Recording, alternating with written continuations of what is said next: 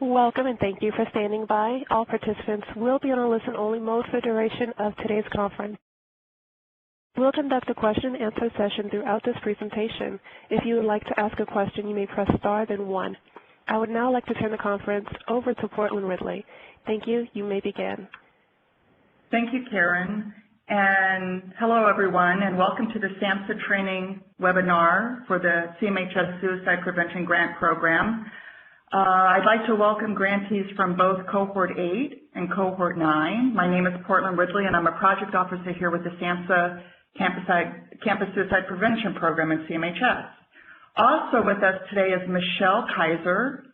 Michelle is the contract project manager with WestAd. WestAd is a SAMHSA contractor that developed and operates the TRAC online database platform. She will also be speaking in today's webinar. I'm sorry we don't have time for participant introductions, but I wanted to reassure you that there will be many opportunities for questions, and we kindly ask that you just tell us who you are, introduce yourself and your campus. The purpose of today's webinar is to provide an overview of TRAC and the required indicators that you're going to be entering into the platform. We will also review the operational definitions of each indicator and show you how to enter that data into the TRAC system every quarter. We will also review annual goals and budget estimates, which you will also be entering into the TRAC system. Michelle Kaiser will be conducting a systems demonstration to show you how to do this. And at the end of the training, we hope you will have a better understanding of how to code and classify your training activities, your program activities, and successfully enter them into the TRAC system. This webinar will be recorded and posted on 2 websites listed on this screen. After the training, I will send you an email with the link notifying you that the recording is available and how you can access the recording directly. So, what is TRAC?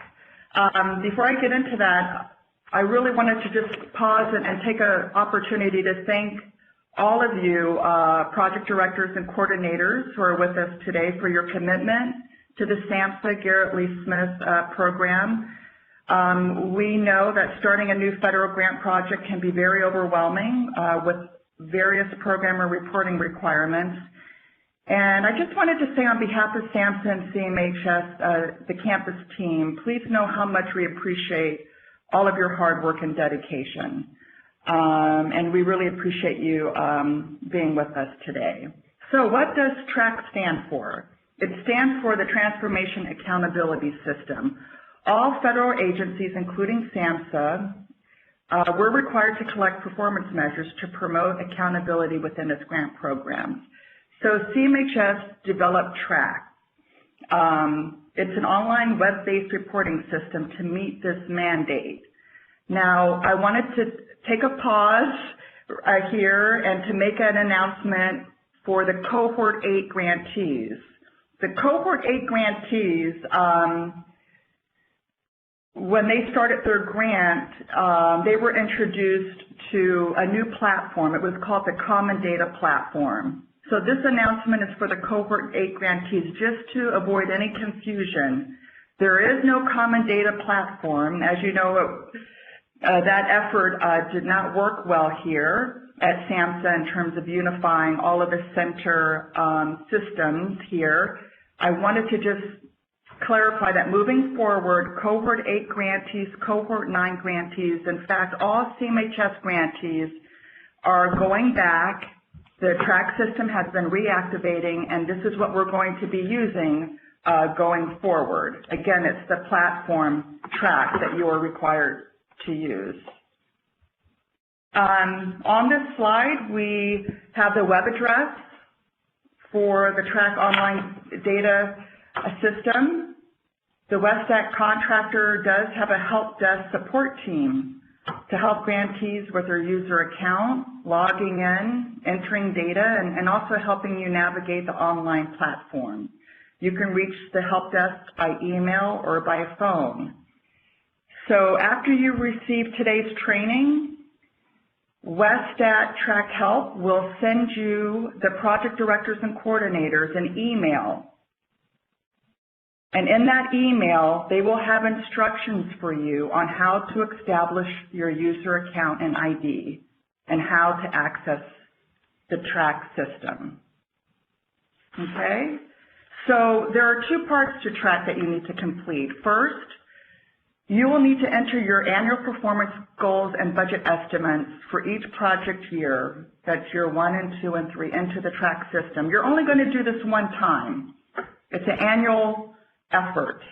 It's an annual data entry, and it's due on April 30th. Second, you're required to submit data for each indicator into the TRAC system on a quarterly basis. And here's the slide that shows you the quarterly reporting period and deadlines. TRAC data is reported quarterly based on the federal fiscal year calendar, which is October 1st to the next year, September 30th. And the fiscal year is divided into 4 quarters. And if you look at this chart, based on those 4 quarters, you have 4 different reporting periods. So let's look at this table carefully. And if you could follow me in red, look at the second row, the second quarter. The second quarter reporting period is January 1st to March 31st, 2006. So right now, we're in the second quarter. Since you're just now receiving this training, you're required to begin entering your data for the second quarter. All that data for the second quarter is due April 30th. You are not required to enter data into the first quarter. If you'd like to, however, that window, that first quarter column will be open and available if you'd like to enter your data for the first quarter. So any activities and trainings that your project has completed between January 1st, 2016 up till March 31st, 2016, you need to enter that data by April 30th. After you submit your data, your GPO is going to go into the TRAC system and review it. They're going to probably approve it. If not, they might disapprove it, requesting some revisions. And all of that information is communicated through the TRAC system. Okay? So just as an overview for context, there's 2 parts to TRAC. Your annual goals and budget information, which we'll review later on in this webinar, is due April 30th, and also your data for the second quarter reporting period is due April 30th. Okay, so let's talk about these TRAC indicators. You only have 4 for the campus program. PC2 stands for Partnerships and Collaborations. AW1 stands for Awareness Activities and Events. And there are 2 training indicators. Trainings that you provide to non-mental health professionals and trainings that you provide to mental health professionals and the related workforce. So let's review PC2, which stands for Partnerships and Collaborations. This refers to the number of organizations collaborating, coordinating, and resource sharing with other organizations as a result of your grant. So this is the indicator that you're going to be collecting data for, and the purpose of PC2 is to count the number of organizations involved in collaborations and partnerships that have developed as a result of your grant project. Again, you're counting the number of organizations in the collaboration. And if you look to the right of the slide, we've listed some common examples of collaborations and organizations. that you might be working with to develop activities, products. These are collaborations that are intentional, meaningful, that require coordination, resource sharing to realize a shared goal. Okay? I think a good way to have a better understanding of what we mean by PC2 is to ask yourself the question, what new relationships have been created as a result of the grant? And this slide lists, and I see that some of the agencies are missing, but on this slide, we've listed some typical organizations that the campus grantees collaboratively work with on these grant programs, okay? So again, I just wanted to share with you that a common mistake that we see with this indicator is, for example, you're entering into TRAC the number of meetings you've held, or the number of resources that you're sharing. Again, the only thing that we want you to count is the number of organizations, new collaborations, new collaborators that you've developed as a result of this grant and the work that you're doing under the SAMHSA grant. When you enter your information into the TRAC system about PC2, about a new partnership and collaboration, this is what it's going to look like on your, this is a screenshot of what it's going to look like. And we call this a result form.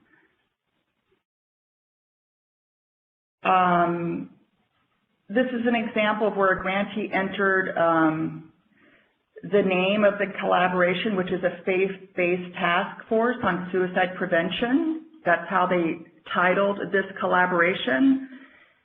And they wrote a very small description about 5 local area faith organizations established a new task force on suicide prevention as a result of the grant. So again, if you look at that number at the bottom, the number they're counting is 5, the total number of organizations in the task force. I think now we're going to move on to the next indicator, which is on awareness. We call that AW1, and what you're counting here is the number of individuals exposed, that means educated and informed, about mental health awareness messages as a result of your grant. I think AW1, based on my experience, is the most frequently used indicator with the campus program, because so many of you are involved in providing, suicide prevention education and awareness information using a wide range of different strategies. So this is going to be a very popular indicator. The intent of this indicator is to increase public awareness and knowledge about suicide prevention and behavioral health. Again, CMHS wants to know the number of individuals that are being educated and informed by your grant project, through your grant project, about suicide prevention, behavioral health, and there's so many interesting, wonderful ways that you accomplish that. We've listed here the different types of mental health awareness messages that campus grant projects conduct in these grant projects to accomplish this goal. From printed materials to parent-student orientations to screening programs, social and new media, large-scale outreach activities such as health fairs, and of course, public awareness campaigns. We just wanted to emphasize for this indicator, CMHS wants you to report and count the number of individuals. Please do not count the number of messages, such as stress, or the number of products or strategies, such as, the number of magnets or stress balls or meetings. You're counting the number of individuals. CMHS wants to get a sense of the reach of your program. So there's lots of different methods We've seen grantees calculate calculation methods for estimating the number of individuals exposed to your awareness messages. Methods are going to vary depending on the type of messaging strategy that you're using. Just keep in mind, CMHS just needs an estimate. It doesn't have to be perfect. Your estimate can be percentages, averages, it can be proportions of individuals exposed to messages, and here are some common strategies we've seen grantees use. One common strategy is the use of print and mass media. So if you look to the left, I've listed some examples in blue. Your campus newspapers, community newsletters. Many of you are on doing some local TV, radio appearances. You know, I'll give you an example. If you run an article about your project and suicide prevention awareness information in a newsletter, the best way to get the estimated number of individuals who may have been exposed to that effort is just to contact the newspaper to get the average weekly readership. I'll give you another example is, I think this is very common, popular with campuses, is these closed circuit TV information systems where you run suicide prevention awareness information. It's a continuous kind of running on these large screen video displays, and I know you strategically place them sort of in high volume areas on campus. To calculate the estimated number of individuals who may have been exposed to that information on your closed circuit TV systems, you know, you could just estimate the foot traffic over a 3-month quarterly period. Again, these are just estimates. I think for your smaller venues, like your outreach events, wellness workshops, you can use your attendance or sign-in sheets to get the estimated number of individuals exposed to your messages. For large-scale outreach events, such as health fairs, you might not have sign-in sheets or registration forms available. So you can do estimates by just sort of counting the number of visitors that may have approached your tabletop booth or display, or just do an estimate, you know, based on the percentage of the student population attending the event. Outdoor media and mass media, such as billboards and bus signs. I know many of you are involved in these types of on and off campus messaging strategies you know, on your campus and in your community, especially with outdoor media, because we know they provide continuous message delivery.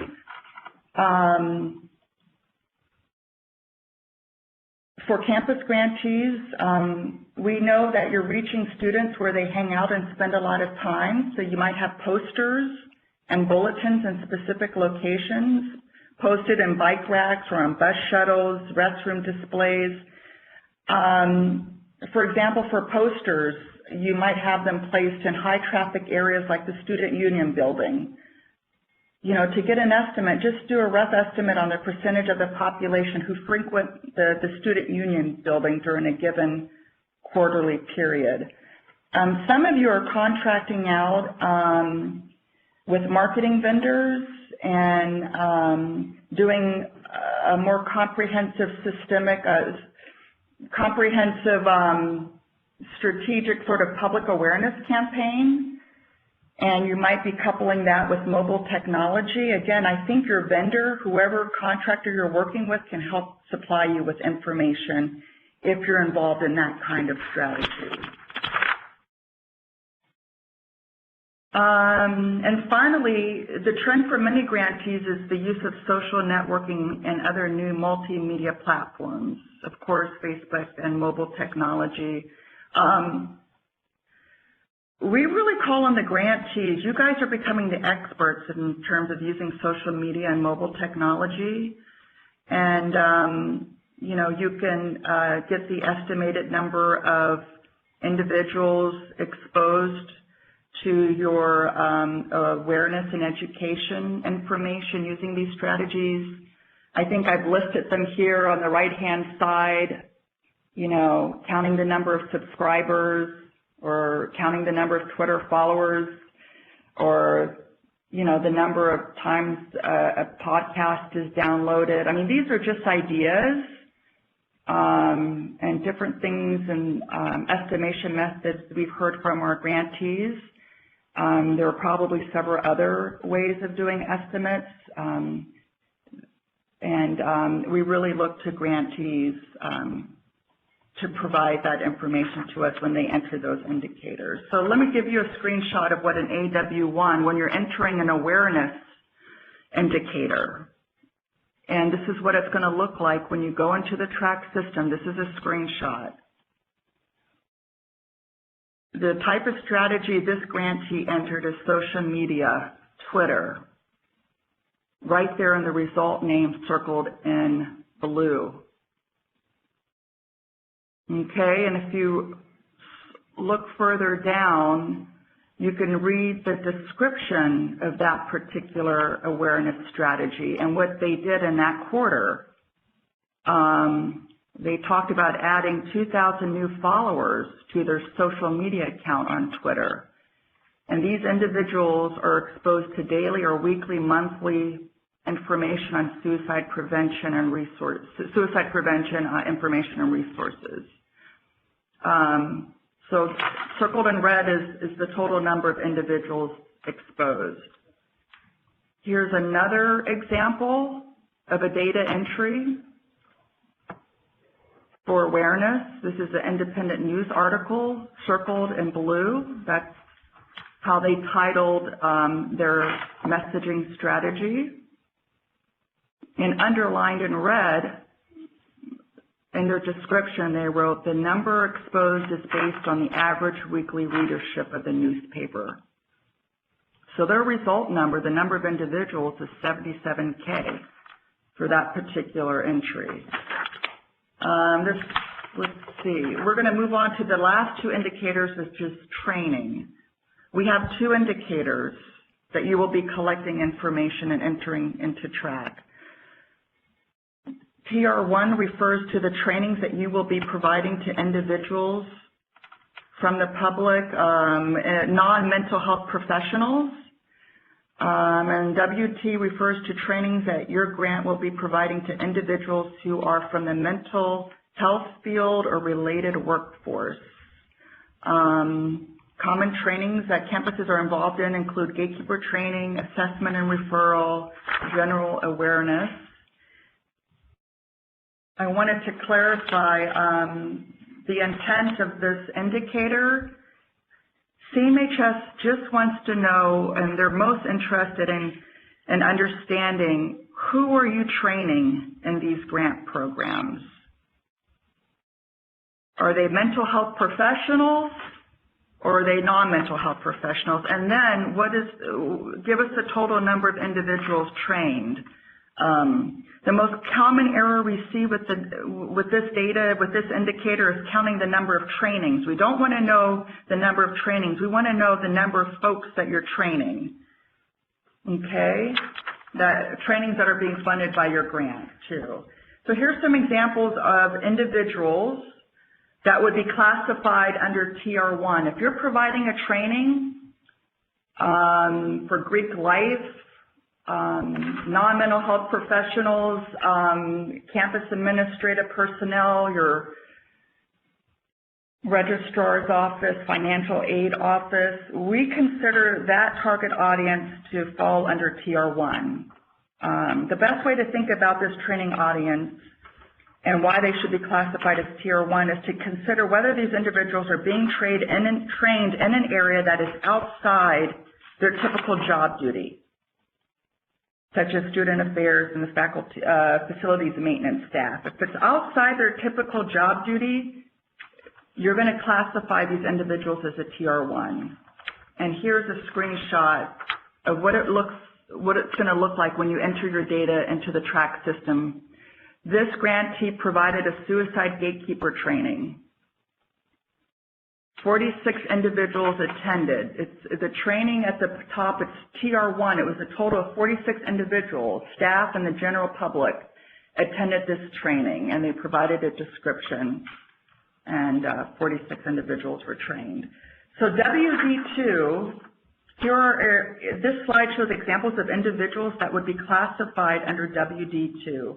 These are your mental health professionals and other folks who work in the mental health, behavioral health related workforce. So if you look at this slide, these are examples. Of course, your campus center counselors or clinicians, your student health workers. Staff, we wanted to just highlight here that students and faculty members who work in the School of Social Work, nursing school, medical school, please count these individuals under WD2. I also wanted to clarify that those professionals that provide ancillary primary care and behavioral health support, such as emergency care workers, crisis response workers, your clergy, your campus police, your hotline staff, those folks are also counted under WD2. Here is a screenshot, an example of a grantee who entered data on a training they did for individuals who are mental health professionals or in the related workforce.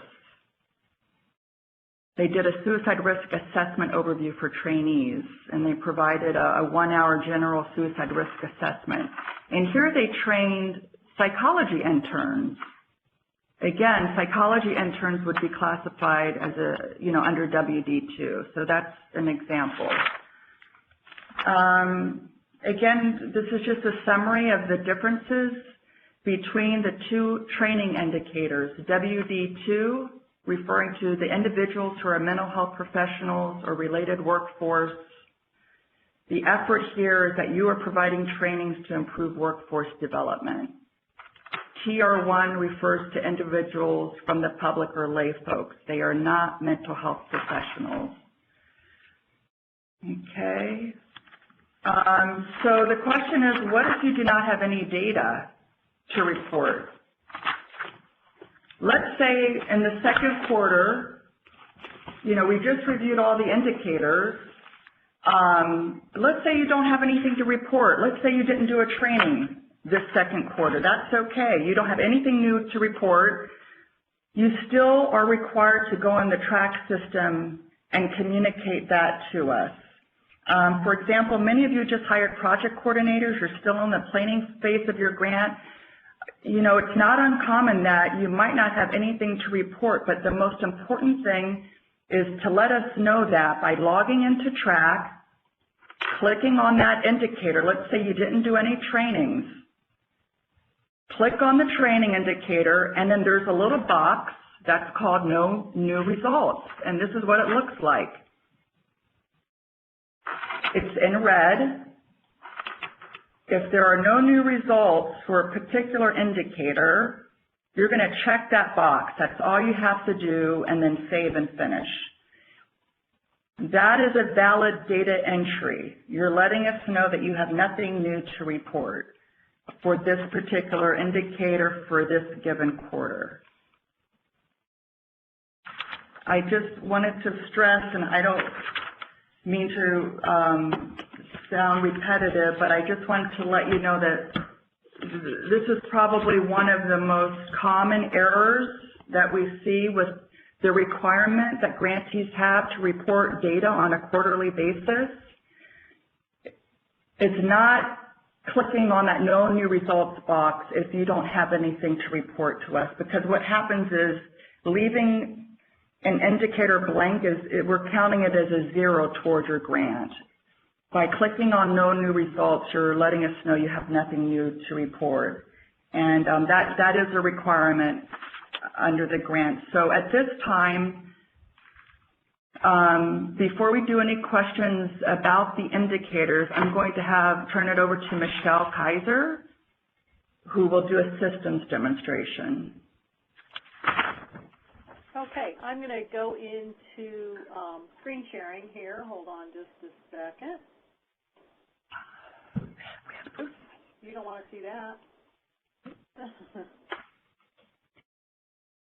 Here we go. TRAC. So this is the main screen. To enter into the system, you click on that center button and you come out to the TRAC system. You have a section called General Info and Training that you can click on from the center portion or on the left menu bar. And that you do not need a username and password to access. And within that section, we have training materials related to the different sections of TRAC. And for your program, the IPP section and the annual goals and budget areas can provide you some additional information. We'll also have shortly under the Infrastructure Development Prevention and Mental Health Promotion section another link called Program Specific Guidance, and you will actually see the documents related to your program that Portland has put together, so you can access those at any time here on the TRAC website as well. In terms of user sign-up, if you are a project director and we were provided your name on our spreadsheets when we're putting the grant information into the system, the project directors, we set up your accounts in TRAC. Your accounts, if you haven't received it yet, your account is being released this afternoon. You'll receive an email from the TRAC system saying, here's your username and temporary password, and then you can log into the system to have access into the system and create your password. As a project director, you then approve or disapprove people having access to your grant in the system. So those users, you should forward them some information here on the user sign up, because they'll come into the system and click the sign up tab, and they need to have from you the grant ID and the grant security key. And they'll be coming into the sign-up page, and I'll show you what that looks like. So here, when you have other users, you give them the grant ID, which is SM6 whatever, and then the grant security key. They'll enter those items, click Lookup, and then the table here will fill in with the grant information, and then once they confirm that that's definitely the grant they're wanting access to, then they fill in their contact information and click Submit. As a project director, you then have to approve those users that sign up, and I'm going to click on this guide to show you the section on that. This is not very large here. Let me also get a little bit bigger. And you can also view this on your own. So here's an example of a security key. Then when you have requests for access, you would have a list of people under requests for access, and you would be able to activate them. And then you would have a list of your current users, and you could also then inactivate users and so forth. So it's important to look at those materials to understand that, and also the TRAC Help Desk can be there to help guide you if you're having trouble with the accounts. So to log in, you enter your username and password. You won't see this, but I'm aliasing as a fake project director so that we see the system the way you all would see it when you log in. So project directors and grantee staff see it pretty much the same. That Manage Account tab, so when you have grantee staff that have signed up and you need to approve them, you would go under My Account and then Manage Accounts.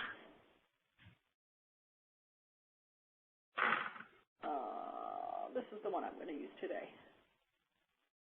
And see here, I don't have anybody listed in here, but you can see there would be if there's names, they would fill in under each of the tables, and then you would have an action that you could click on and then click submit in order to approve people to have access into the system.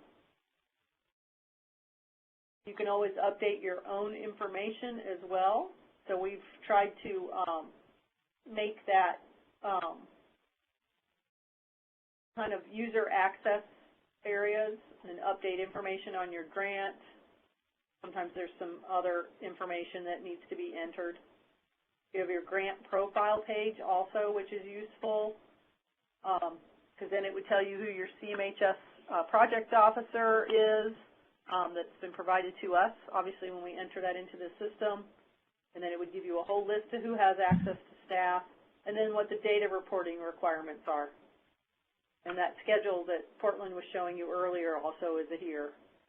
And you just scroll down.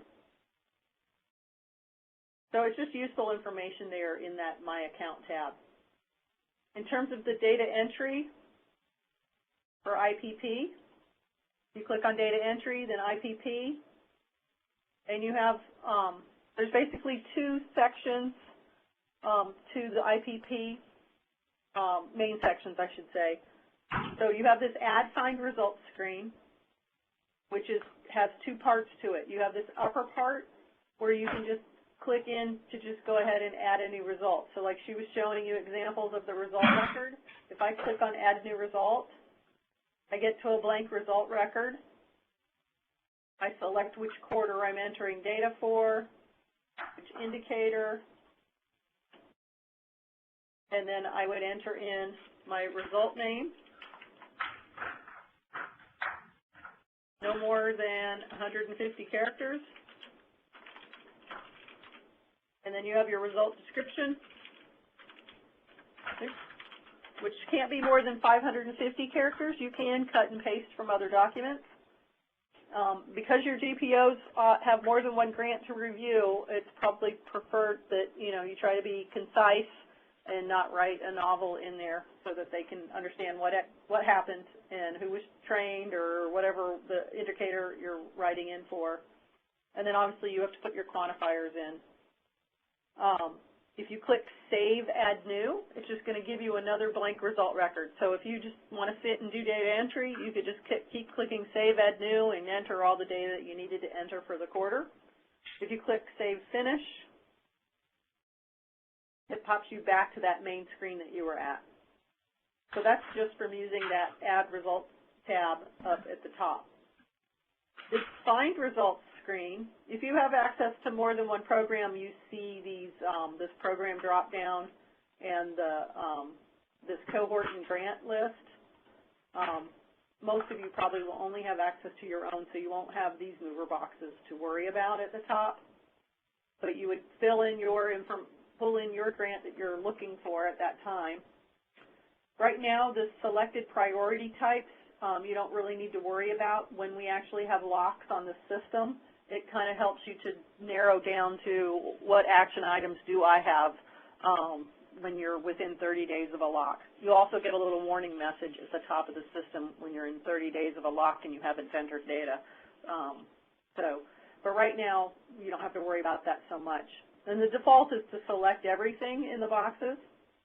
So obviously, if you had items that were completed, maybe you didn't care about that, you could move that over because you just want to look at stuff that's incomplete and that maybe you need to take action on. And again, if you wanted to see everything, you could easily move those back. You just highlight and move for the boxes. For fiscal year quarter, this is a drop-down box. This practice grant that I have set up is brand new, so they only have been active since the first quarter of fiscal year 16, so they don't have anything else to show in there. Once you have data beyond, or for like the cohort that you guys were live last fiscal year, you'll see the fiscal year 15 quarters, and you can select those to go in and either enter more data if you need to still, or to look at that data even that's been in the system. So once you have your selections made on this page, you can click Find Results, and it's going to take you to the second kind of main section of the IPP area, which is the result list. So basically, it tells you everything that's been entered into the system or where you're missing data for a particular indicator. And it always is the current quarter plus the most recent previous quarter. So, and in order here. So you can see I have quarter 1 and quarter 2. And so from this page, you can enter more data by clicking on Add New Result here, and you get a blank result record just like you do from the front page. Or if you're looking at a particular indicator that's missing data, you can say, oh, I need to go in and add that AW1 result from last quarter. You click on Add, and it's pulling up that result record, except because we clicked on it from that table, it's already filling in the date range and the indicator name for you. And I'm just going to write test here. But you obviously would put in the right information. And then Save Add New is going to bring you another blank result record, not just an AW1 one, but a blank one.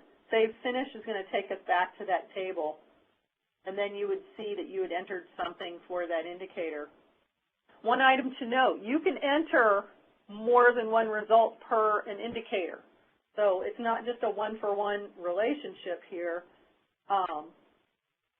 So let's say you had more DW2 that you needed to enter, but you already have one on the row for quarter 1. You would just go to this Add New Result to a blank result record, pick quarter 1, WD2, more people trained, maybe they were trained on a different topic.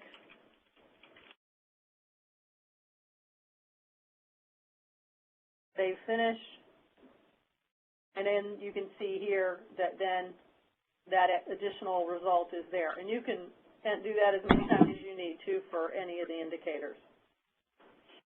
The No New Result that we were talking about, so if I go here, let's say for PC2 for quarter 2, I don't have any activity for that one. I just check the box. The system goes ahead and fills in a No New Result. I don't have to do anything else. Just click Save Finish. And now I have, for PC2 for quarter 2, a No New Result. If you enter a No New Result for a quarter for an indicator, you cannot enter any other data for that indicator. So if all of a sudden something changes and you do have activity, you need to go in and delete that No New Result before you can actually enter the data for that indicator. So that's entering the IPP data. I think at this point, Portland, you have more other content to cover before we go into any other systems? Well, no, at this time, thank you, Michelle, for that. Since we reviewed the required indicators and just demonstrated, how to enter those indicators into the TRAC system, I wanted to open up the lines for any questions about the indicators that we just reviewed or questions about entering that data into the system. So operator, Karen, can you help us open up the lines for questions, please? Yes, thank you. At this time, if you would like to ask a question, please press star then 1 on your phone line and record your first and last name clearly when prompted. Again, if you would like to ask a question at this time, please press star then 1. One moment for your first question.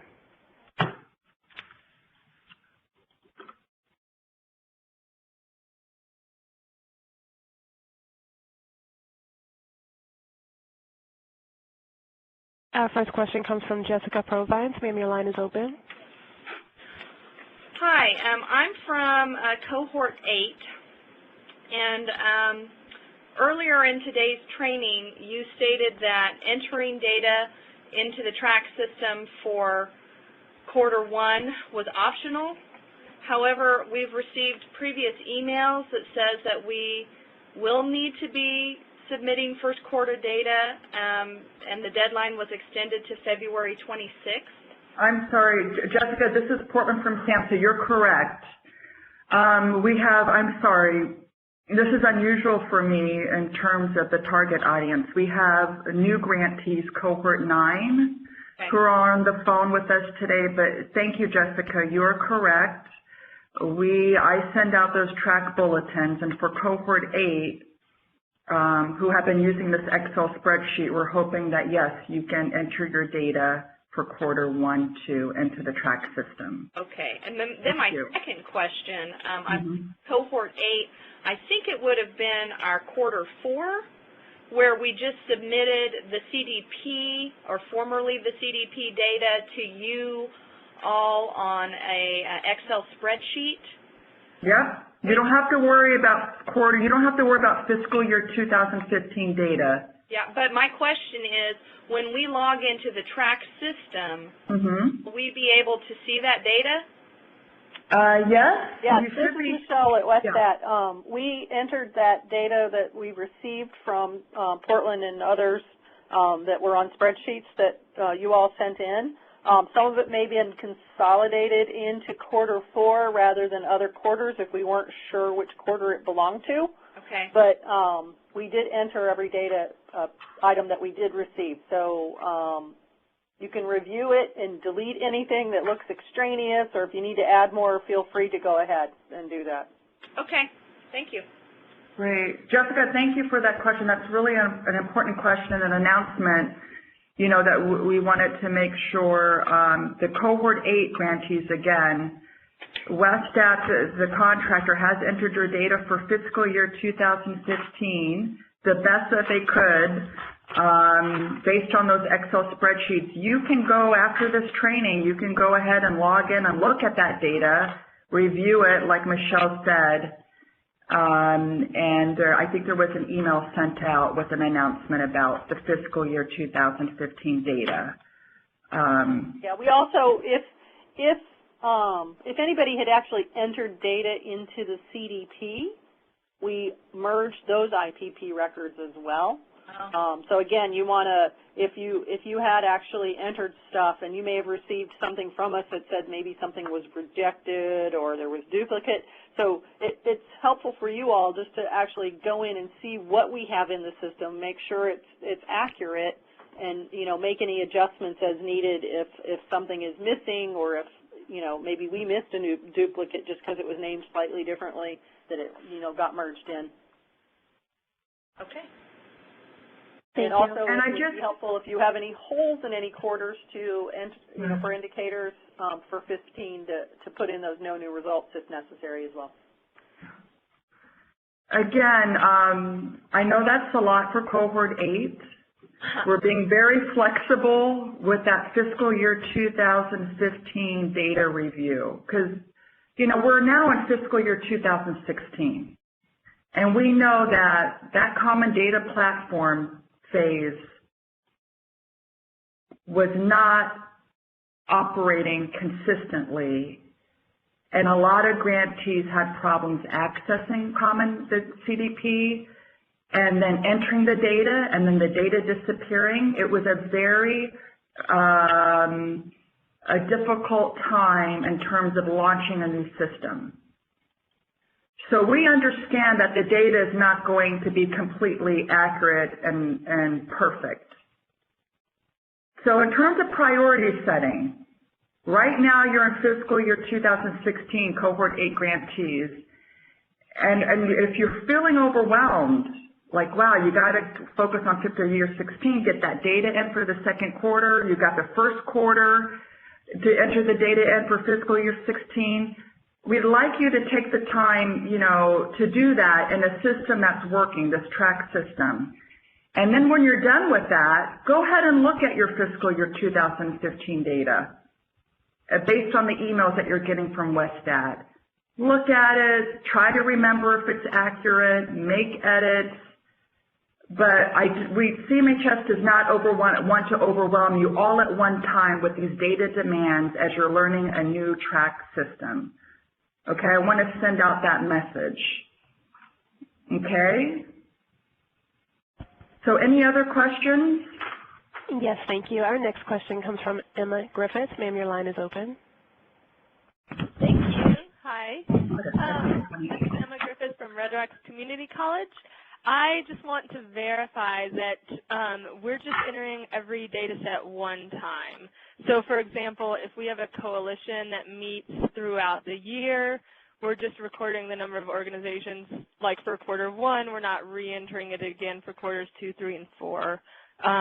Or if there's a training or an activity that takes place across 2 quarters, I'm assuming we're just going to enter that data for one of those quarters. Okay, no. Well, in terms of new activity, you would only enter,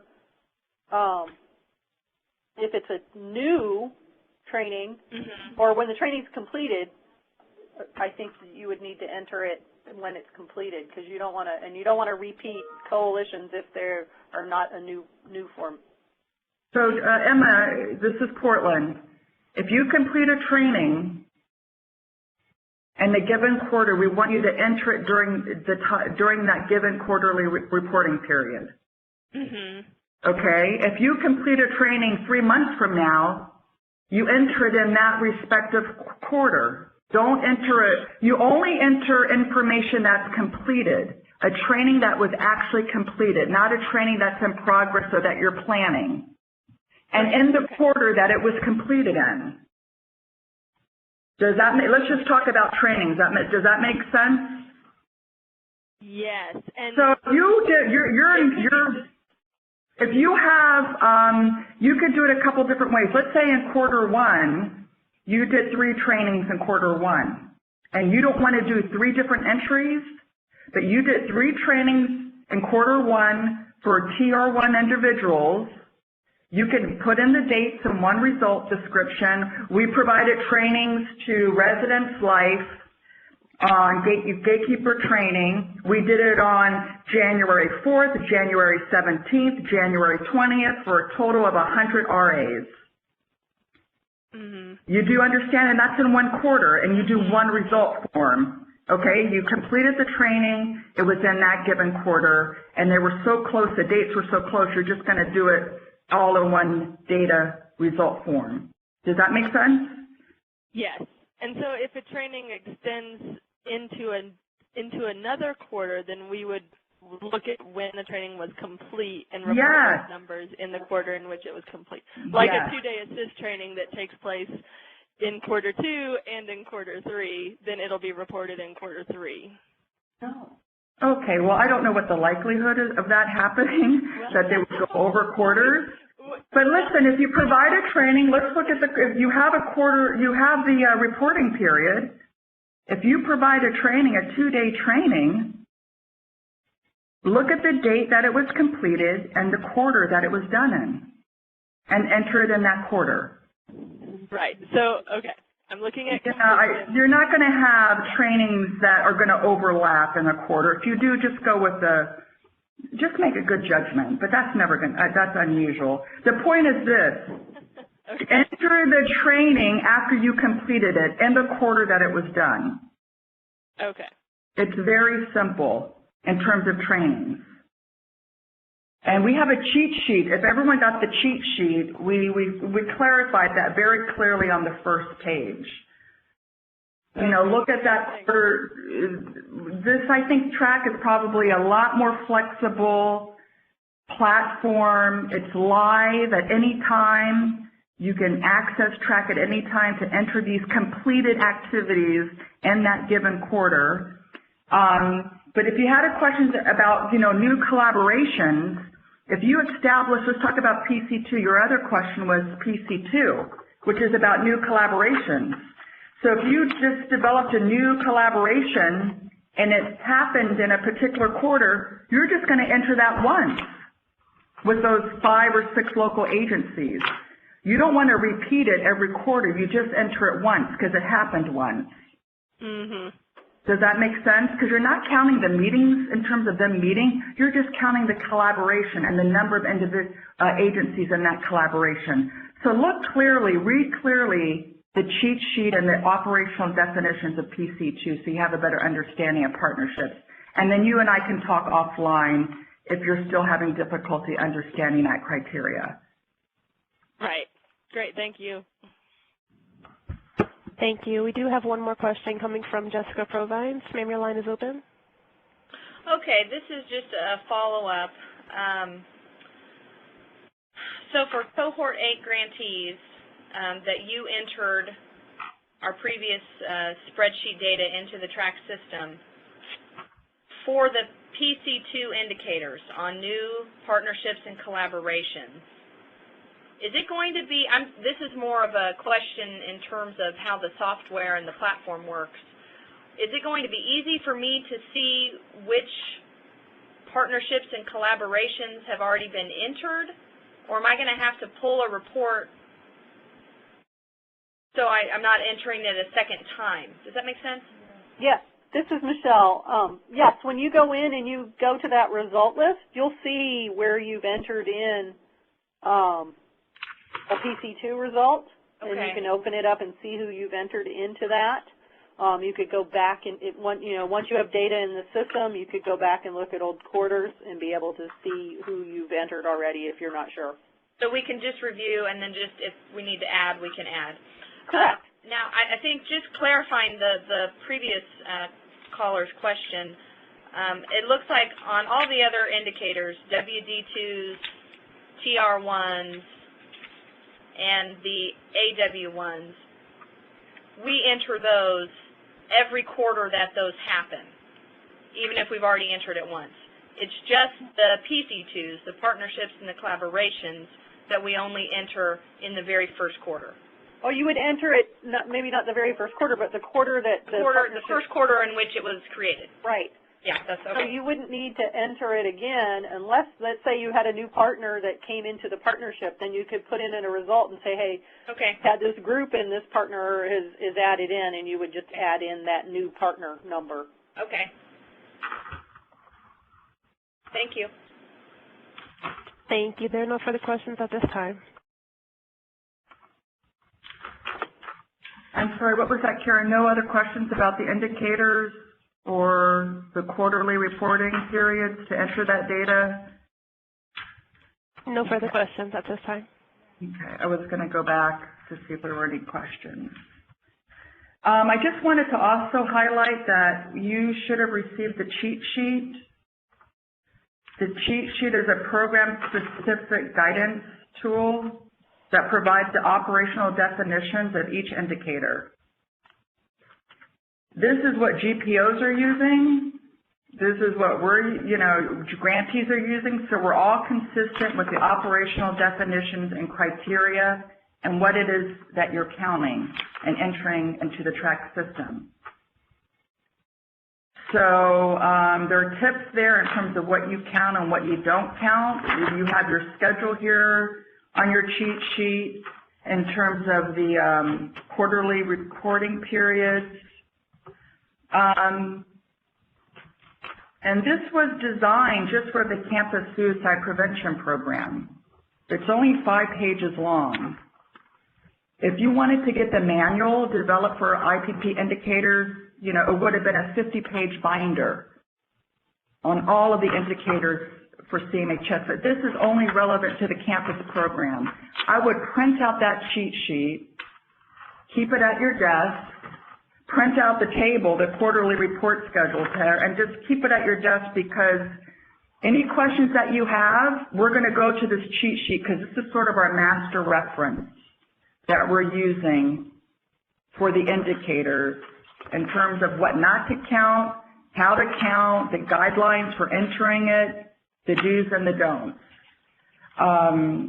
So if you don't have that, let us know, your GPO know, and we can send that out to you. But this webinar, the content of this webinar is based on the cheat sheet. So everything you see on this webinar is on your cheat sheet. Just as a wrap up, we just wanted to summarize, and really let you know that the requirements for TRAC are very simple. You have the TRAC online system here, and I tried to give you 7 steps. We have the website address. This web platform is live, so anytime you can access it and enter data after you complete an activity. Number 3 says enter data only on completed activities and trainings in the quarter it was completed.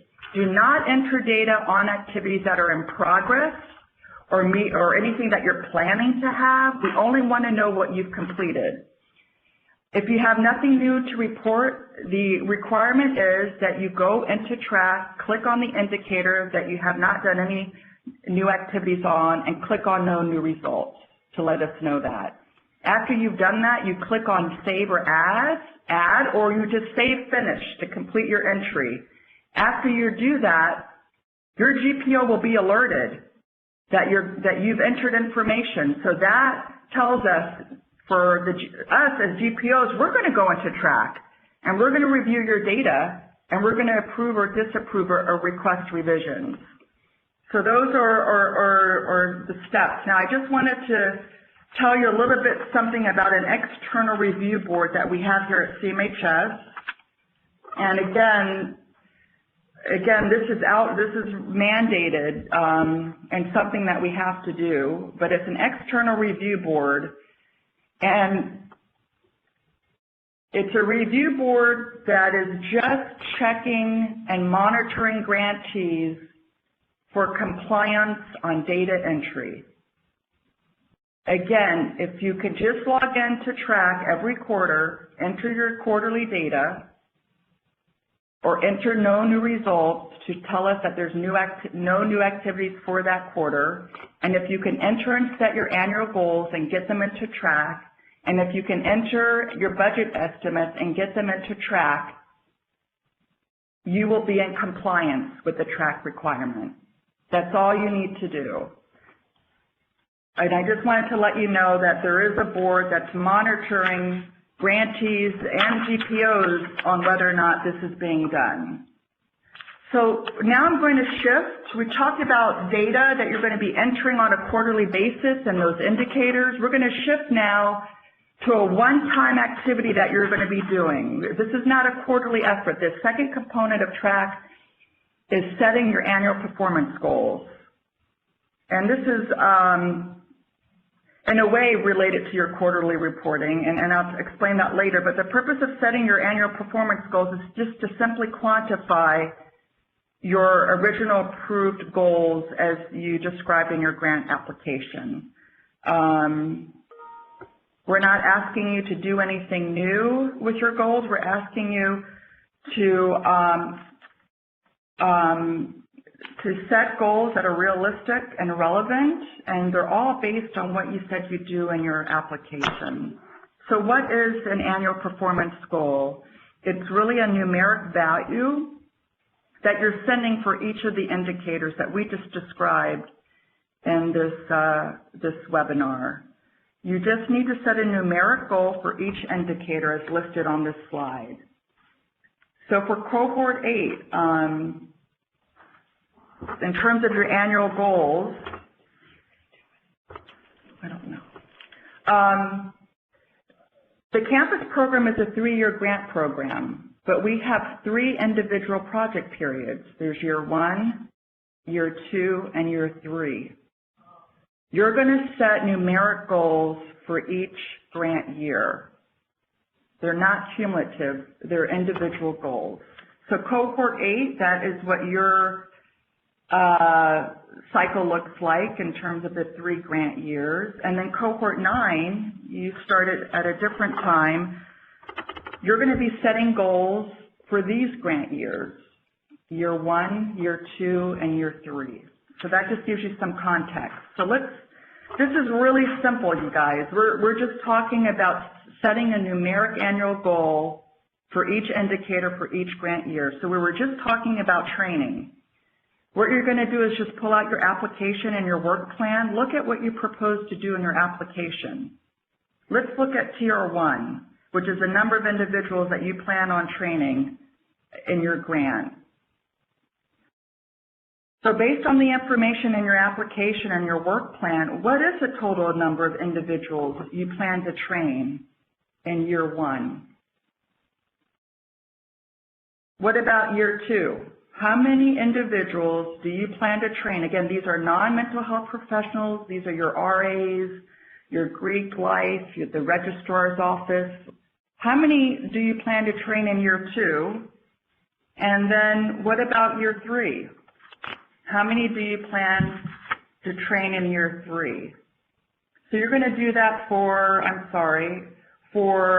each indicator, your training plans for non-mental health professionals, and the number of individuals that you plan to train that are mental health professionals or the related workforce, which is WD2. We're going to continue with this process for your other indicators. For PC2 in year 1 of your grant, what is the total number of organizations do you plan on collaborating with and resource sharing with as a result of the grant? Is it going to be 3 organizations, 2 organizations for year 1, or maybe there won't be any organizations in year 1? For AW1, it's the same process. You're going to enter into the TRAC system the total number of individuals you plan to reach through mental health awareness activities for each grant year. Please, I wanted to emphasize that you're just developing reasonable and attainable numbers for each indicator based on your work plan and the information you gave us in your application. And I wanted to just point out for training, let me just give you an example of what we see with training. And I'm going to go to the next slide here, I'm sorry. Maybe there's going to be a year that you might not have any goals set for. And this is very common, and we wanted to let you know that as part of the process, it's very good for you to identify indicators that you may not have set goals for a particular given year. And that's okay, and that is very common. In fact, especially for the training indicator, most grant projects spend the first year of their grant focused on community readiness or capacity building and crisis response protocol development. So their annual goal for, let's say, TR1, your annual goal for TR1 for that first year of your grant might be 0. You might not be doing any training for year 1. And maybe in year 2, if you look at your work plan, you're going to start doing training, and maybe you plan to train 1,000 or 500 individuals for year 2. And maybe year 3, you're going to have maybe a robust training plan, and you're going to go up to 2,000. I don't know, but the point is all that information is in your work plan, and that it's, if you don't have a goal, if you don't have numbers for a particular given year, you just enter 0. And that is perfectly acceptable and understandable. We didn't want you to feel the need to set new goals or add any new goals. All of this information is based on the work plan in your application. So I wanted to just stop there. If anyone had any questions about setting numeric annual goals for each indicator. If there were any questions around that, we're going to open up the lines for that.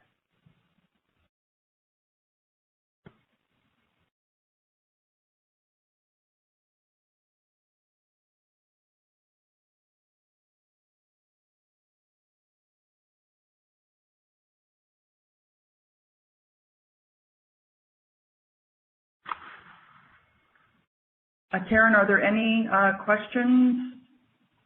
Yes, thank you. At this time, there is one question from the previous session from Jessica Provine. Ma'am, your line is open. My apologies. Sorry to keep asking so many questions. No, that's okay. But just one more clarification, and this is on the partnerships and collaboration, PC2. My example is, say we partner with Housing and Residence Life, but we do 5 or 6 different activities across maybe different quarters. Do we count a different partnership and collaboration for each activity that we do with housing, or just count housing one time? You're just counting, you're not counting the activities that you're doing, you're counting the organization. Okay. The relationships, the organization, and you're only counting them once. You could do 1,000 different activities with them. The only thing that we're counting, the criteria that we set for PC2, is counting the number of organizations in the collaboration. Okay. Not the number of meetings that you're having with that, not the number of activities. So when you're setting goals, that's a very good question. Yeah. Just think about the number of new partnerships that you plan on, which is a very, important, component of this grant in terms of infrastructure development and sustainability. Yeah. We're probably going to see the numbers, you might be setting and establishing a lot of new partnerships in the first year of your grant, and continue on throughout your grant, but just count one organization. That's all you're counting. Okay. So, no, these are good questions. Are there any other questions about setting annual goals? Again, you're just going to enter this into the TRAC system once, and you're going to enter it for year 1, year 2, and year 3. You're going to enter it, submit it, and that's it. And you're going to have a chance to look at it again, on an annual basis. But I just wanted to let you know that's all you're required to do is to set and get the numericals entered into TRAC. As a reminder, if you would like to ask a question, please press star then 1.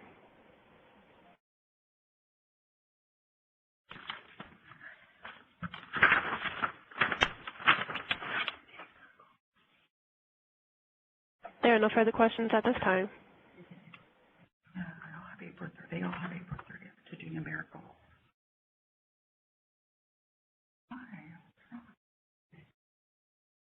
So the due date that we had talked about in the very beginning to set these new and get the system entered is April 30th, which is the same date as your second quarterly data. Okay, so we're going to move on to your budget estimates that you're going to be entering into TRAC just for, again, for year 1 and year 2 and year 3. And you're just going to do this once, and then each year you'll be able to look at it and make adjustments if you need to modify it. And the purpose of setting your budget estimates is that CMHS is looking for the big picture.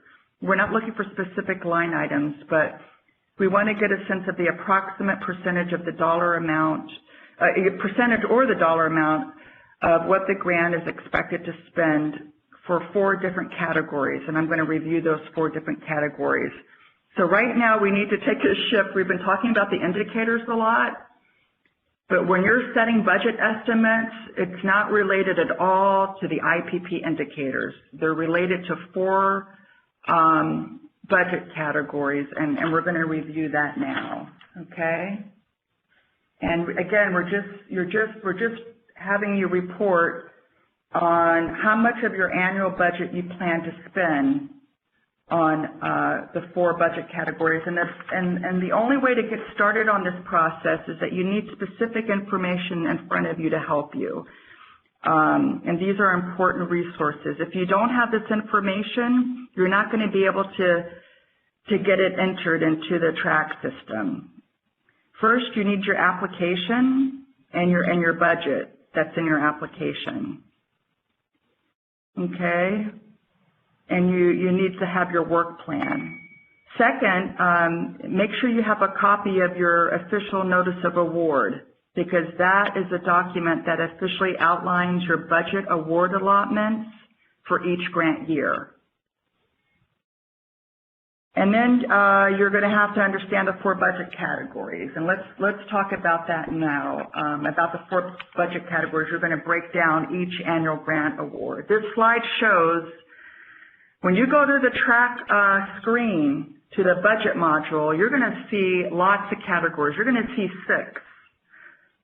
Because CMHS has so many different grant programs, so they have 6 budget categories that are going to be on your screen.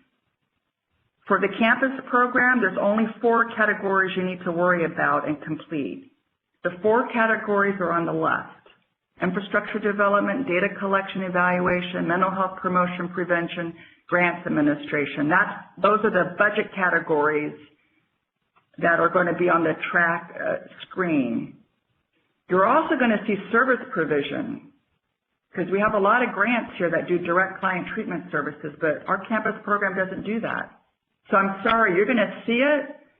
I wish it wasn't there, but it's going to be on your screen, so you're going to have to put a 0 in there for all the grant years because service provision doesn't apply to you. Then you're going to see technical assistance. Again, that budget category and the way we define it does not apply to you, the campus program. There's only 4 budget categories that apply to you, and they're listed on the left-hand side of the screen. And I don't know if this is really clear, but this is it's going to look like this when you enter the budget information on the TRAC screen. Again, these are budget estimates.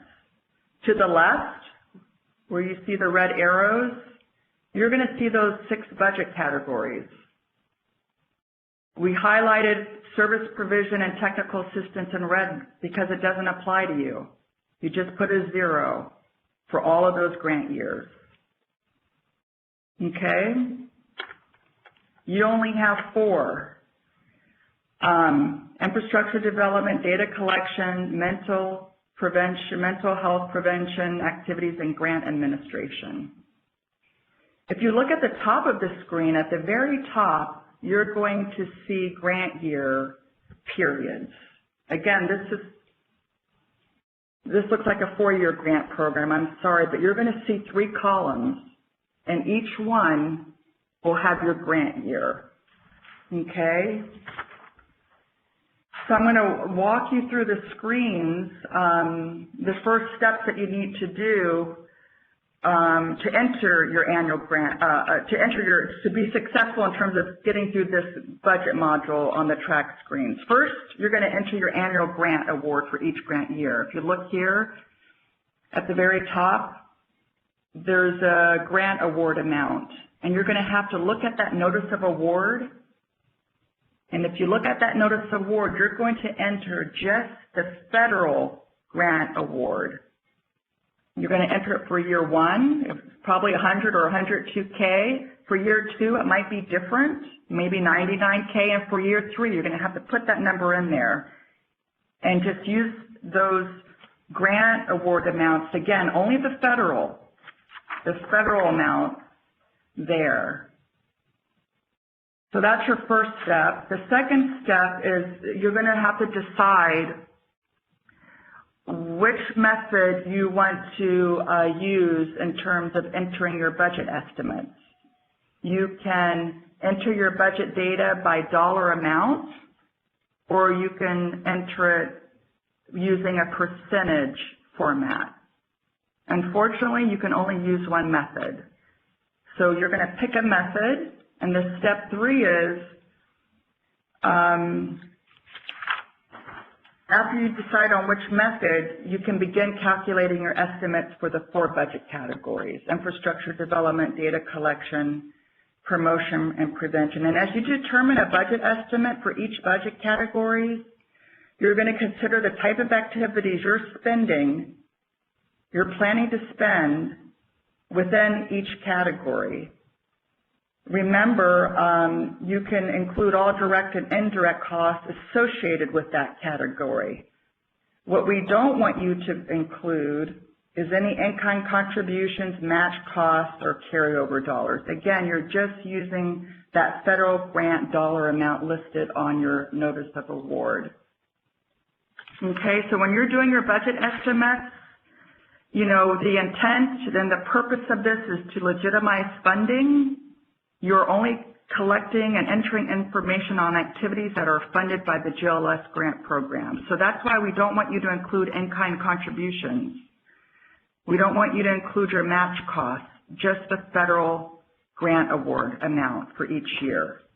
Okay, so these are the 6 budget categories, and of course the first one, you're going to see service provision, you're going to enter a 0. It doesn't apply to us, so just put a 0 for all 3 grant years. Infrastructure development, enter a budget estimate that you think you're going to be spending on for the provision of infrastructure development activities like policy development, developing prevention response protocols, and other activities related to infrastructure development. Okay, data collection, evaluation, performance measurement, and assessment. And this budget category for the time and and think about the time and resources you're going to be spending, collecting and reporting TRAC data on in terms of data collection and using your data. Here are a few examples of what is involved in this budget category: collection, management, and analysis, reporting of data, cross-site evaluation, your TRAC and SAMHSA reporting, your annual reporting.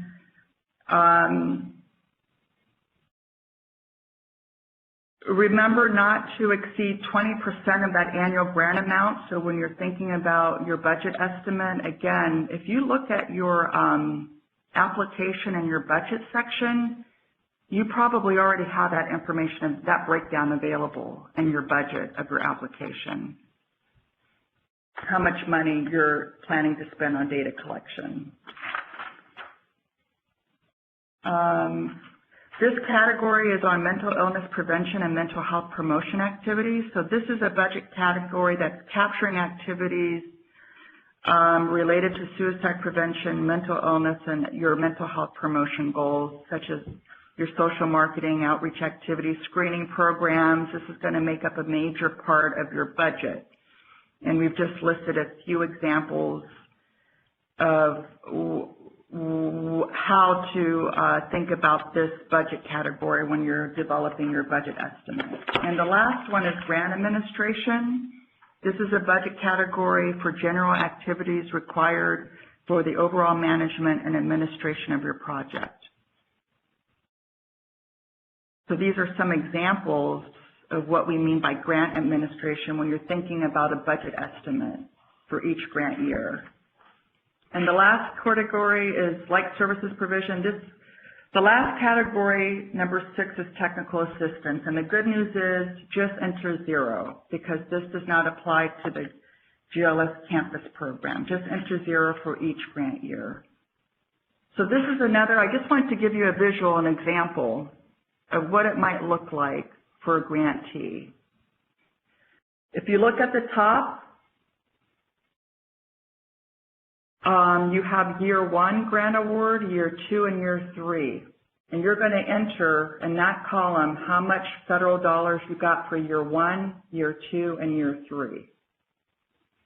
Then if you look at to the left, you're going to break down that for each year. Let's look at the first year, $100,000. You got to break that down and think about how much is going into infrastructure development, how much you think you're allocating for data collection, prevention and promotion, and then grant administration. And it needs to add up to 100% because we're using the percentage. I think percentage is what grantees usually use. Year 2 is a different federal amount. They got $95K. So walk through year 2 and break down that percentage and allocate it for those 4 different budget categories.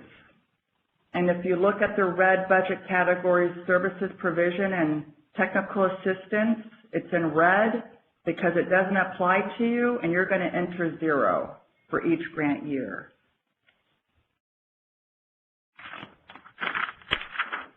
Okay, so before we do a systems demonstration, I just want to check in and maybe open up the lines again for questions and answers on this component of the TRAC requirement, which is related to your annual goals, because you're just going to do this one time. You're going to enter your annual goals, and after you complete that, you're going to be directed to the budget page where you're going to be entering the budget information. So Operator Karen, do you mind opening up the lines for questions and answers? Again, if you'd like to ask a question, please press star followed by the number 1.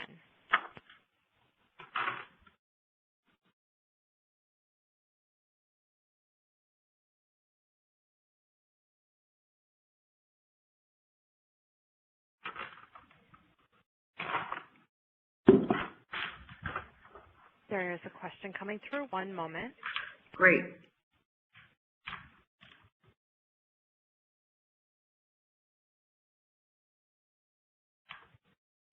Okay, and Bob Lang, your line is open. So we had typed in a question, but we wanted to know if this actually replaced the PSI and the task, or is it in addition to the PSI and the task? The cross-site evaluation, the PSI and the task, the PSI is different because you're doing budget estimates. It is in addition. TRAC is in addition to PSI and task. Those are instruments that you're using under your national outcomes cross-site evaluation requirements. Perfect, thank you.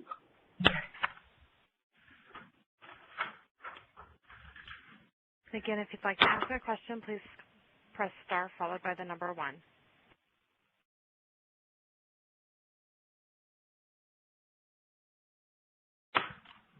And Jessica Provenus, your line is open.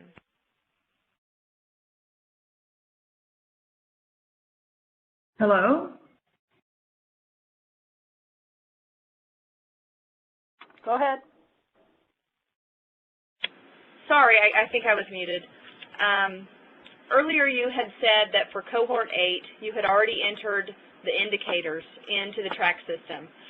For cohort 8, I know on the spreadsheet that we submitted, we had already included tabs that for annual goals and budget. Should those have already been uploaded into the TRAC system for cohort 8 as well? We did not enter any annual goals and budget information, only IPP data. So you will need to come into the system and enter that into the system. Okay, thank you. Okay. Thank you, Jessica. This is great you're asking these questions because it has been tricky with the whole transition from the Common Data Platform to TRAC. So for cohort 8 grantees, West at the contractor only entered your quarterly data that was available on your spreadsheet. You do have to go into TRAC and enter your annual goals and budget estimates for year 1, year 2, and year 3. And this information is not due until April 30th. Okay?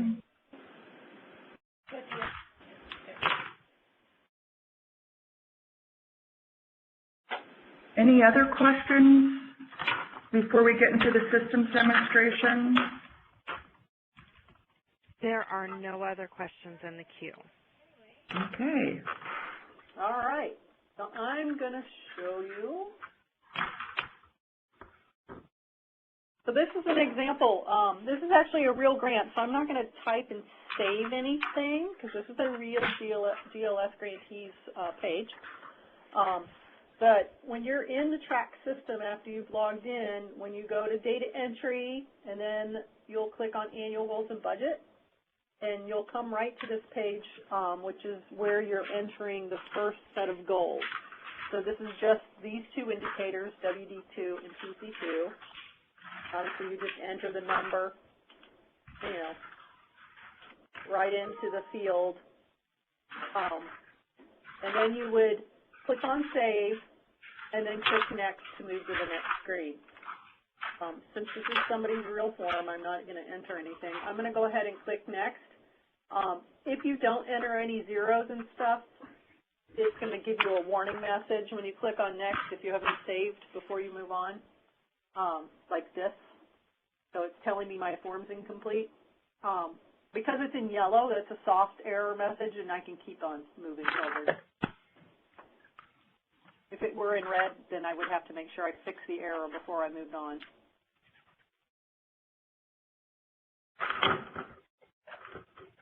And then the next page you get is the prevention and mental health promotion indicators, which you have the AW1 and TR1. Again, the same functioning. You would enter your numbers, click Save, then click on Next. And I'm going to get the same error message here since I didn't enter any numbers.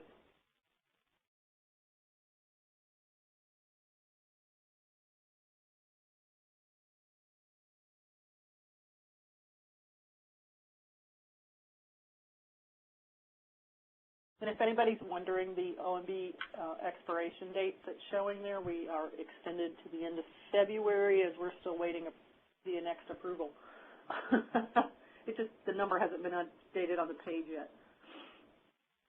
So then after you've entered your goals, you come to the budget screen. And this is where you select dollars or percents. I'm just going to select percents, because that's most likely what you're going to be doing, and most grantees do it by percents. It's much easier.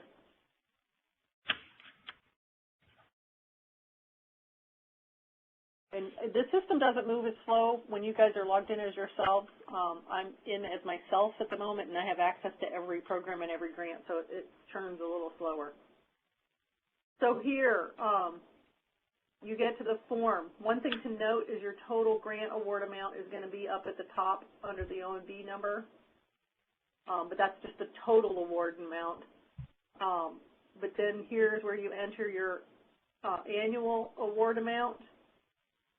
And that amount in that line can't be more than the total award amount, or it will give you an error message. So be aware of that.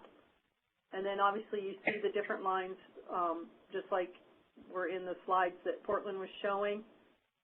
You would enter in, let's say, I'm just going to go for simple numbers here. I'll put 50,000. Oops, I got to ignore somebody's trying to communicate with me. I would put 0 here. Let's say 20, 10,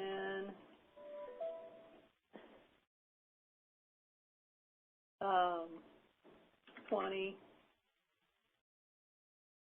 10, 0, obviously, because that's your comment. So you would put it in. When you click on Save, and I'm not going to do this, obviously, because I'm in a real grant, then it would add up for you the column and tell you whether or not you are over, under, and so forth. And so you would do that for each year of the grant. Let me erase this.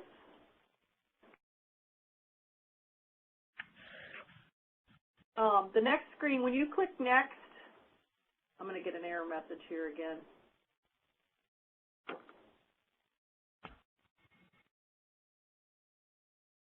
So it's telling me that everything doesn't equal up, and I'm at 0.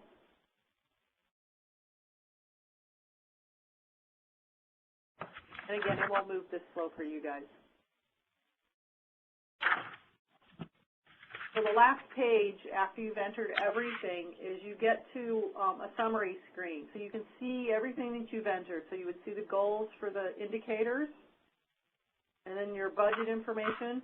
So you can review it one more time before you click Submit for Approval. If you need to come back to it and maybe you've got a number, you're not sure if that was right, you need to check it or talk to somebody, you can click Save and Quit, and it will just save where you are, and then you could come back to it at another time. And once you submit it for approval, that means then your GPO can review it, agree or disagree. And if they disagree with a certain number, you'll get a form back where you can see that disagree. I'm going to click Cancel to get out of this, because we don't want to save it, because I want that grantee to go in and put their own data in. So I think it's pretty straightforward.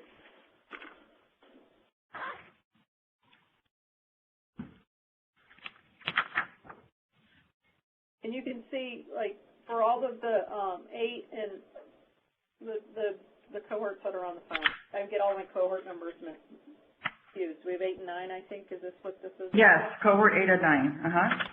It's because it's the state tribal. I think I'm at 9 and 10 on them. You can see where we have everybody that no data entered because you guys haven't entered anything yet. So you'll be able to come in and enter your data.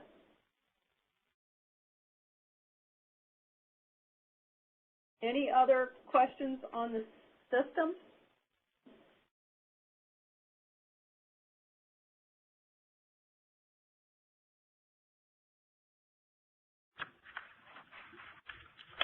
I'm not showing any questions in queue.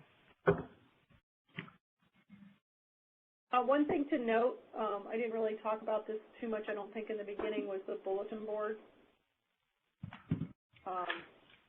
or I might have talked about it before, but here you can, if I showed it to you with nothing in it, you can see it when it has stuff loaded into it. Because I'm logged in as myself, I'm seeing everything, all the trainings that are coming up, which may not pertain to you. We generally, narrow this down to particular programs and cohorts, so you only see things that actually are important to you.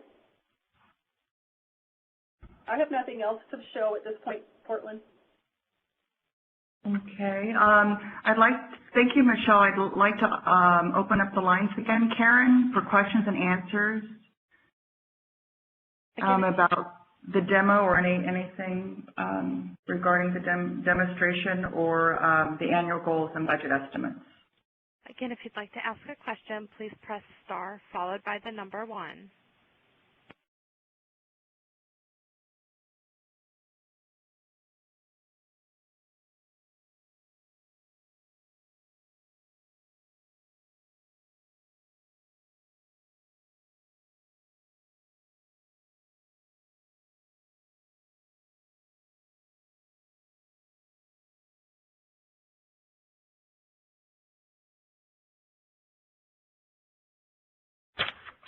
There are no questions in the queue. Okay, great.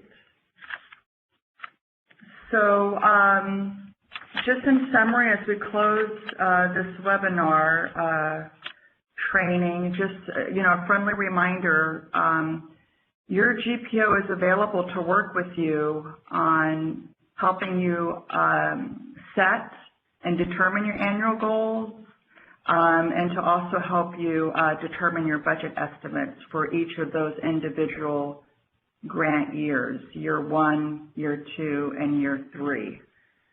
And after you submit your annual goals and your budget estimates, you're going to click on Submit to GPO, and we will be alerted on the TRAC system that you've entered your TRAC goals, and what we'll do is we'll review them, look at them, and approve them. And if we have any questions, if we have any concerns or questions, we will follow up with you. That's sort of how the process will work for the annual goals and budget estimates. And I just wanted to let you know that each year there will be a window available to you. It's usually at the start of the fiscal year where you will have the opportunity to, update or make any changes to your annual goals or budget estimates. We'll send you an announcement notifying you that you have, if you wanted to, it's an option, that if you think, based on emerging developments or any kind of changes, you would feel more comfortable making edits to your goals or your budget estimates, you have that opportunity to always modify them. On an annual basis, you have that opportunity. Okay. So I just wanted to wrap things up to remind you about the TRAC resources, and we already talked about this, but again, your SAMHSA Grants Management Officer is available to help you with any, contact programmatic technical assistance. For instance, the IPP indicators, and you're not quite sure how to code it, WR1, or, you did a training session. Does this fall under TR1 or WD2? Call your project officer and they can help you, or, they'll probably be pulling out the cheat sheet and looking at it, and looking at it together with you. Setting annual goals, GPOs are responsible for reviewing and approving your data, so we really want to work with you together to provide that kind of support. Also, the TRAC Help Desk, they have a team of folks there at Westat to help you if you have any problems with your user account, logging in, navigating the screens. I know it might be a little confusing. You're new to this, and it's going to be very overwhelming. If you can't get through the screens and navigate them, someone can walk you through that process. Just call the help desk and, they'll help you. It's a wonderful resource to use. I also want to let you know about some documents. Yeah, you should have already received the cheat sheet. If not, we'll make sure we get that out to you in our last TRAC bulletin. It's, again, a 6-7 page cheat sheet on the indicators.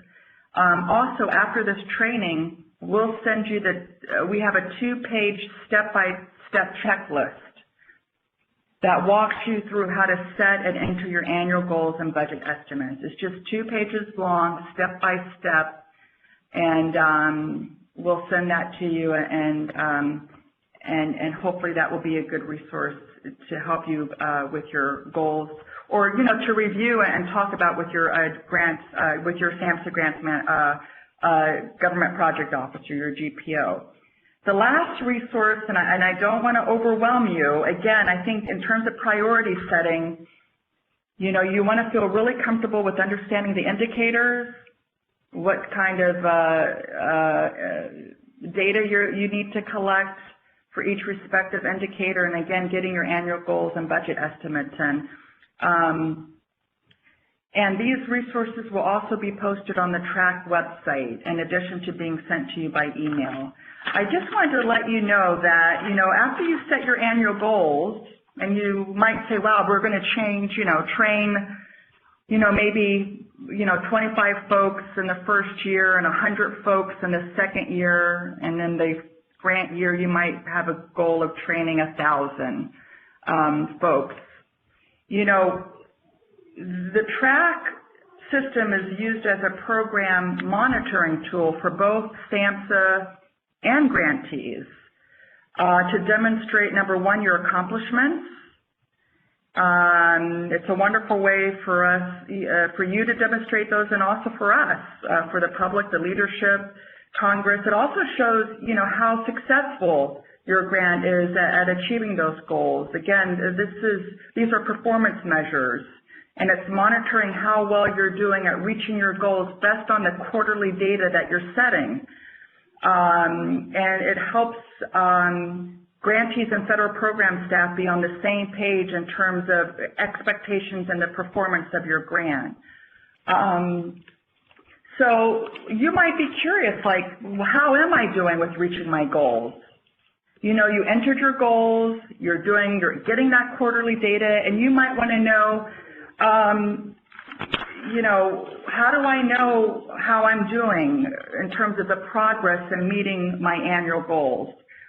On the TRAC website, you do have it's a really cool tool to use. It's called the IPP Performance Report. And you will only see your IPP performance report, but it's a monitoring tool for grantees that they can use. It's online, it's updated every 24 hours. So you can see how well you're doing at achieving your goals. And it looks like this. I know we're showing you another screenshot, but I just wanted to let you know that,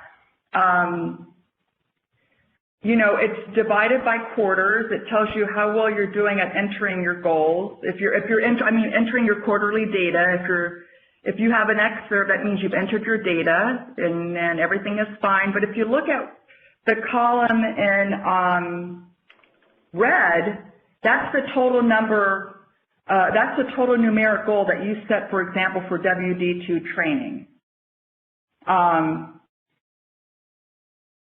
I'm sorry, the blue arrow, if you look at the blue one.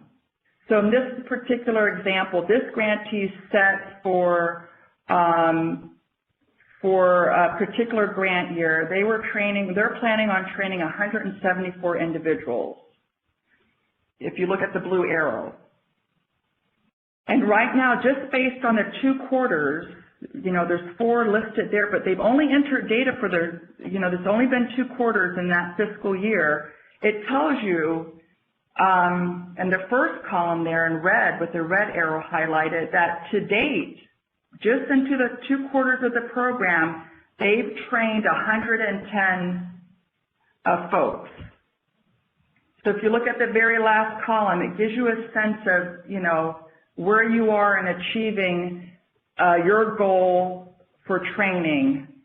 And it looks here like about 63%. And they're halfway through the first year, or whatever given year this particular performance report is displaying. So I just wanted to let you know it's one of those tools that you can access and use, and it's on the TRAC website. And you can use it at any time. And again, I know this is overwhelming, this webinar. I wanted to let you know that we will, we have these TRAC bulletins to sort of pace out the information. We develop those bulletins by cohort to pace out the information, to remind you of important deadlines, and to help you with priority setting. And we'll be, all of this information that you're receiving in today's webinar, we're going to be sending out in lots of different ways, at lots of different phases of the grant to support you in this process.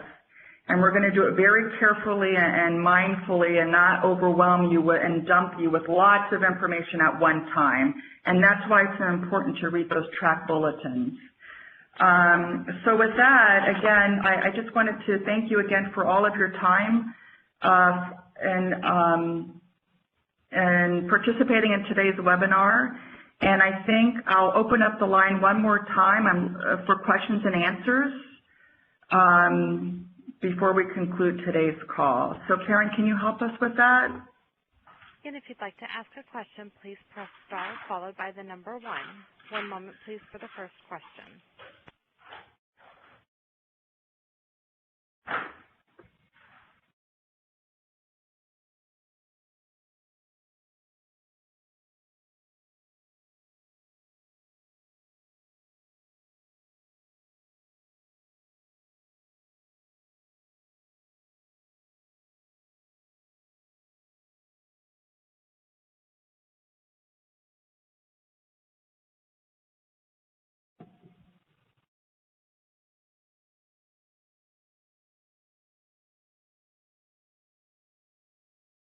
Karen, are there any questions in the queue? There are no questions at this Okay, time. great. Well, thank you, Karen, for helping us on today's webinar. And I also want to thank Michelle Kaiser, the contract manager there at WestStat, for helping conduct that systems demonstration, just to give you a feel for what, you know, TRAC looks like when you start the process and log in. Thank you, Michelle. And also I want to thank you, the grantees, project coordinators, and directors who are on today's call. I know we covered a lot of information. We do appreciate your time and understanding this important data entry requirement. And please know, we're going to be following up with information, the cheat sheets, and reminding you of important due dates through those TRAC bulletins. So please read those carefully, and please don't hesitate to contact, you know, Roz, myself, or Jennifer Capella if you have any questions about the TRAC system. We're here to support you and help you with this effort. So thank you all, and I hope you have a wonderful afternoon. Thank you. That does conclude today's conference. You may disconnect at this time.